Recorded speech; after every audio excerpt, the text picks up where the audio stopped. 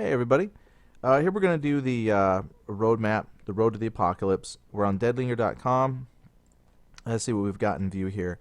We did finish up Survivor gameplay a few days ago, and we actually just wrapped up creatures where we ended up with talking about paranormal. And today we got vehicles and transportation. And I remember looking in here before and thought, there's a few topics in here, and it had more than I thought. So we actually got some things we can talk about. So the first topic in here is cars, trucks, buses, and land vehicles. All right, so what it has here, it says, while we have hundreds of things we could say about vehicles, we're going to focus on the most important details of our future plans. The first vehicles, such as cars, will herald in the beta process of development. We want realism first and foremost. Cars should behave and operate the way you imagine and allow survivors to sit or store items in them the way you would imagine. Throwing something into the trunk, no predetermined slots, is a huge focus for vehicles. A major part of the vehicle system is giving the survivors the freedom to turn a bus or RV into a mobile base, complete with a system for free-form welding metal and other defensive materials to the vehicle. We're going all the way on this one. That's actually super cool. That's awesome to think about. Makes me think of Mad Max.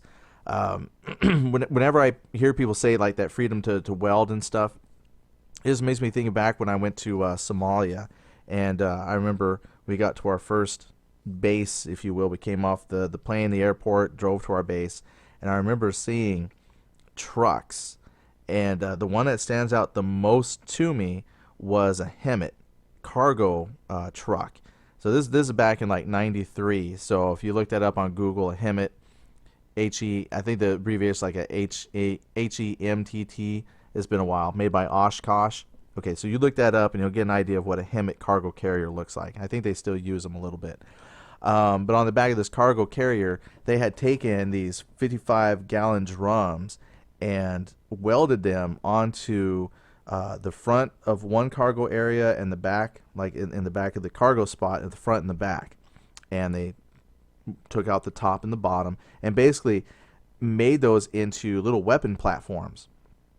And then on the side, they put like barbed wire and some other stuff so people couldn't crawl up. But I just remember looking at it thinking Mad Max.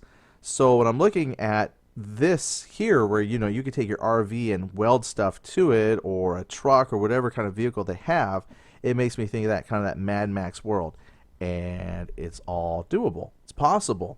So I think that's going to be cool. And the fact that you don't have the slots for storing stuff.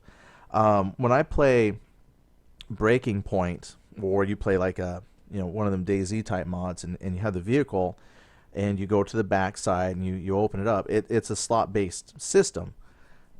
I mean, which is fine. I'm not saying there's anything wrong with that, but thinking in terms here where they're saying, if you open up the trunk and you just toss stuff in it, I think that's actually a very, very cool idea.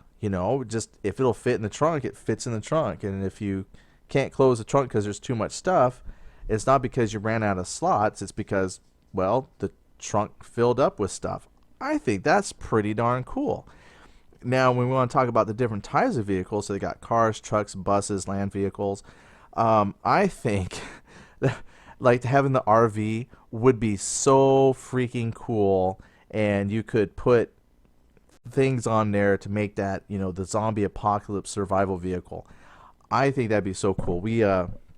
My wife and I, we've often had talks about, how would we survive the zombie apocalypse. You watch those shows like the, what is that on TV? The preppers, doomsday preppers, and those folks have bunkers and all kinds of stuff, but you're static. And then you watch that movie, World War Z, and Brad Pitt's like, if you stay put, you die. You had to move to survive. And so, yeah, I think that'd be cool. Have the ultimate RV for the apocalypse. Well, I just thought of a bit. Okay, so if you have lots and lots of money kicking around and you want to start an RV survival business with me, let me know, because I think that would be so cool to have like these extra hardened RVs, and you can do that in the game. That what they're saying is you can weld. I haven't seen welding yet, but I imagine I'm walking up with plywood and I'm going to be nailing sheets of plywood to the sides of my RV to try and protect it. So that's me. I'll be that guy. But I think that would be cool. You just have this RV, move from town to town, gather up your supplies, stick it in the RV, and you get going. And I've seen some of that with like the Day of the Dead remake or whatever it was. But they had these. Oh, I think it was Resident Evil, and they got these armored trucks, and they got all kinds of different supplies, and they got their little convoy going. That would be very cool, especially if you had like a multiplayer, and you got the world all, this huge world, and you're going to travel from town to town to get supplies, and you have a convoy of vehicles. I mean, I think that would be super, super cool. So you got like one person driving, a couple people in the back that can like sniper, take pot shots. But then when you camp up for the day, you can circle the wagons, if you will. You can put, the campfire in the very center, and hopefully you block some of that light so the zombies don't see it. And then you have some people sleep, some people stay awake. Why would you do that? Because I think they're going to put in the fatigue system at some point, which would necessitate sleep. So if you were playing like with a cool group of these multiplayer survivalists, that would be important. You could sleep on the RV, maybe without the fire, but like if you're sleeping on the RV, letting that character's, fatigue rebuild while another person stands watch, he can be, sniping zombies in the darkness. And then once everybody's had a chance to rest up, and you're tired of staying in that one spot, and the food looks like it's running low, drive on to the next town. Because as you've seen me run through towns, there's lots of zombies in town, so you want to stay away from the town.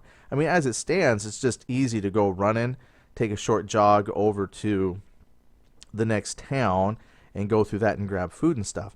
But what would be interesting with the procedurally generated world at some point is if maybe they space stuff out as they put in vehicles. That way it would be important to have that bus or that RV or the truck. Maybe it's just your car that you live out of, but you've got to drive that car a long distance to get from one spot to another maybe.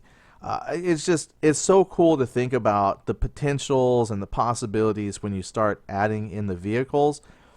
It just really makes you depressed to see it's at 10%. 10% to me is we've written it out on paper, and here's what we'd like to have. The only vehicle they have coming up is the bicycle. But the reason why the bicycle is so important is because that's a proof of concept.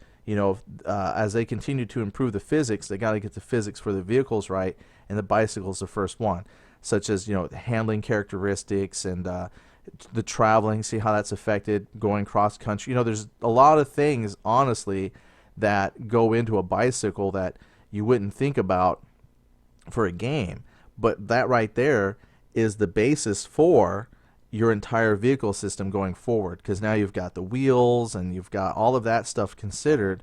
Now when you do start adding cars, I think when we see cars initially, they won't be drivable. I would not be surprised if you just saw cars that you could look at and that they're just sitting there. But then over time, as they add different things, boom, we'll actually have the vehicles. But it's all going to start with the bicycle. So vehicles are coming, and the potential with that is just going to make the game so awesome, I think. Vehicles are always fun, but now turning them into a zombie apocalypse survival aspect, oh, that's just so cool. So we'll cut it for there for now. I hope you're excited about vehicles as well. As you can see, we're going to talk about siphoning and acquiring gas. Let's just talk about that right now. Let's just hit it up right now. So siphoning and acquiring gas. So all vehicles in the Deadlinger will use gas to operate. The modes and methods of acquiring gas will be diverse. Filling up a desolate gas station is only one of the many ways to find fuel. So, won't take too much on the gas, but right now there are no gas stations I'm aware of, but they could easily put some gas pumps and different things at all those little marts that you find. Plus then, when you talk about siphoning, that means if you find abandoned vehicles on the side of the road, you need to make sure you've got gas cans, the material you need to siphon the gas into the gas can, how much gas will the vehicles be using, then that's going to lead into a deeper physics too.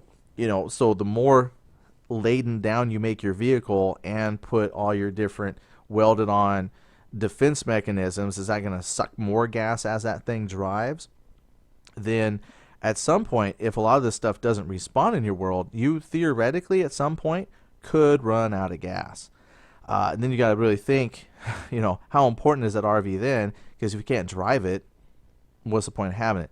I think when the game first introduces vehicles, I would not be surprised if there was no gas system, or if they did like the flashlight, you use up the gas, but when you stop, it automatically refills until they have all of those systems in place.